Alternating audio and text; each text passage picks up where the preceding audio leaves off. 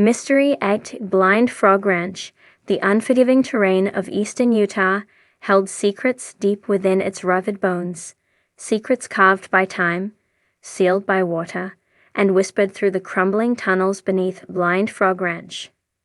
For months, the crew had suspected that what lay underground was far more sinister and strange than they ever imagined. But it wasn't until the summer rains came that the land itself gave up a clue, forcing Chad to descend into a watery labyrinth that would challenge his beliefs and change the course of their investigation forever. Blind Frog Ranch had never been ordinary. From erratic electromagnetic readings to bizarre artifacts and unnerving synchronicities, the land defied logic. The team had been mapping old mining tunnels beneath the ranch for weeks, chasing rumors of Spanish gold and ancient relics. But the deeper they dug, both figuratively and literally, the more questions surfaced. And then the flood came. After a series of unrelenting storms swept over the Uinta Basin, the lower tunnels began to fill with icy groundwater. Initially, the crew saw this as a setback. Equipment was stalled, cameras failed, and sediment shifted unpredictably. But as the water levels rose, something unexpected happened.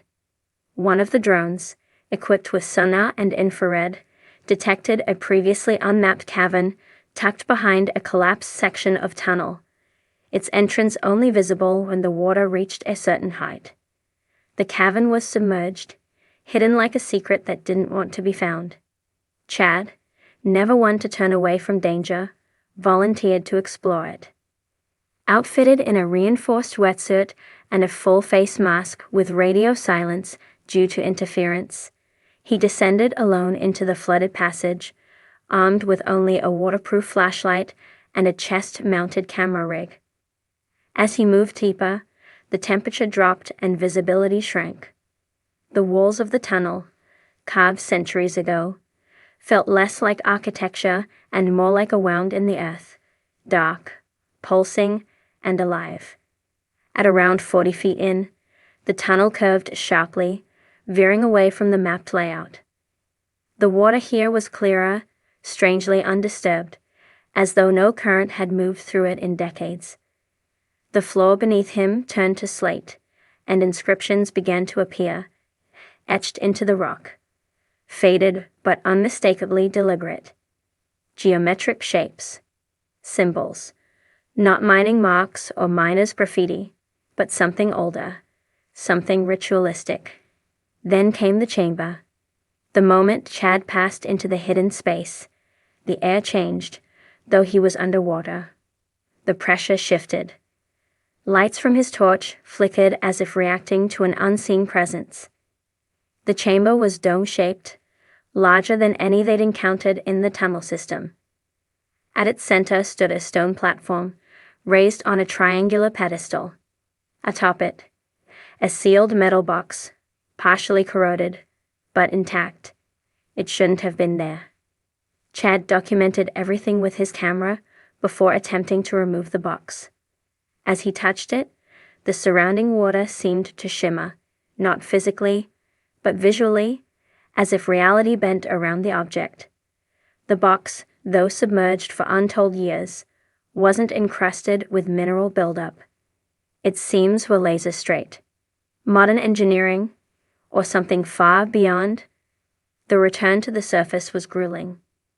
The weight of the box, though lighter than expected, carried a psychological gravity that clung to him even after he emerged from the murky shaft. As the team gathered around the object back in the main shed, questions erupted. What was it? Who put it there? How had it survived unscathed in such harsh conditions? Testing began immediately. The box was made of an alloy none of them could identify. Not lead, not steel, not aluminum. Some kind of composite. Its surface was magnetic, but inconsistently so, and small instruments refused to operate properly around it. Electronic signals scrambled.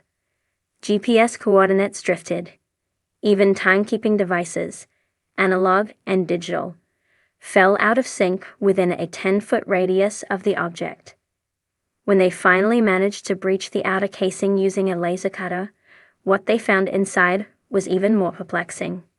The box held 3 items: a folded cloth of unknown material, impossibly smooth and resistant to tearing, inscribed with the same symbols Chad had seen in the chamber; a small octagonal crystal that emitted a faint blue glow, warm to the touch and seemingly powered by nothing; a disc, flat, black, featureless, until activated by proximity to the crystal, upon which it revealed a shifting, 3-dimensional map, not of Utah, not of Earth, of something else. They had stumbled upon an object that defied all historical, geological, and technological contexts. Theories spiraled. Was it evidence of pre-Columbian contact, a lost civilization, advanced technology buried during a cataclysmic event, or, as some in the region believed, something extraterrestrial? Blind Frog Ranch had always been UFOs and otherworldly activity, with Skinwalker Ranch just a short distance away. But this was tangible. Soon, the disturbances began. Team members reported vivid dreams and feelings of being watched. Wildlife abandoned the area near the excavation site. Machinery malfunctioned without explanation. One drone, while scanning the entrance to the hidden chamber, captured a fleeting shape, humanoid, tall, semi-transparent, standing still in the tunnel before vanishing. That footage was later corrupted. Local tribal historians brought in for consultation were visibly disturbed by the symbols, claiming they mirrored motifs found in their oral traditions, symbols not written down but passed by word of mouth for centuries. One elder refused to stay on site after seeing the disc activate, calling it the memory of the sky gods. The project took a darker turn. One night, the box disappeared, only to be found hours later, returned to the chamber as if it had never left. Security footage showed nothing. Cameras had blacked out for precisely 4 minutes and 13 seconds. In that time, the object had been moved over 100 yards through solid terrain. It was no longer just a mystery. It was an intelligence.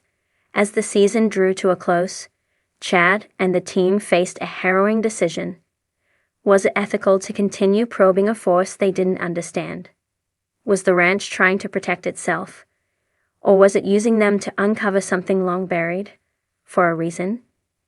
The Discovery Channel's mystery at Blind Frog Ranch had promised questions. It delivered more than anyone expected. Chad's dive into the flooded tunnels did not just uncover a chamber, or a box, or a relic. It exposed a fracture in reality itself. A thin place, a veil. And now that it had been lifted, the team could never unsee what lay behind it. For viewers, the final scenes were haunting. Chad standing alone in the tunnel entrance, staring down into the water where it had all begun. The box gone again. The map disc deactivated. Yet the glow of the crystal, pulsing faintly from somewhere underground, remained. The land at Blind Frog Ranch had long concealed its secrets beneath layers of rock, sediment, and silence. For generations, whispers of gold, sacred artifacts, and inexplicable phenomena echoed through the Uinta Basin.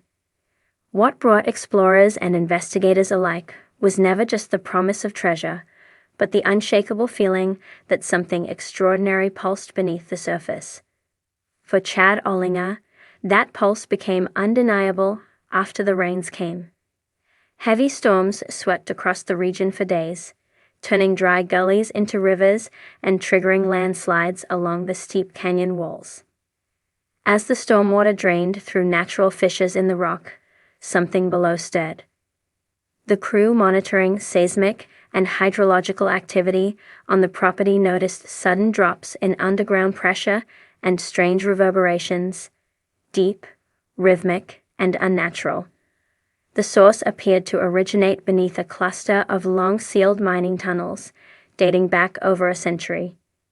These tunnels had already raised questions, having been crudely blocked off and abandoned, with no clear historical record as to why.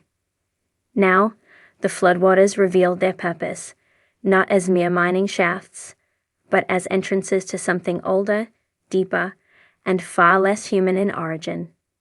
When the team cleared debris from the blocked main shaft, they discovered that the tunnels had partially collapsed due to the storm. Behind a crumbled wall of shale and timber, the floodwaters had carved a narrow channel leading into a pitch-black, semi-submerged tunnel never documented in any map or survey. It was Chad who volunteered to lead the descent into this unknown corridor. Equipped with diving gear, waterproof lights, and a remote camera drone for backup, he entered the flooded shaft with cautious determination. The tunnel walls quickly transitioned from raw stone to something more deliberate, smoother, shaped, and veined with unusual mineral deposits that shimmered faintly under light. The deeper Chad traveled, the more the tunnel defied expectation. The passage sloped downward, but not in the erratic fashion of a mine. Instead, it followed a calculated trajectory, as if engineered. Symbols began to appear, etched into the rock in repeating patterns, unrecognizable yet clearly purposeful. These markings weren't remnants of human miners. They were something far more ancient.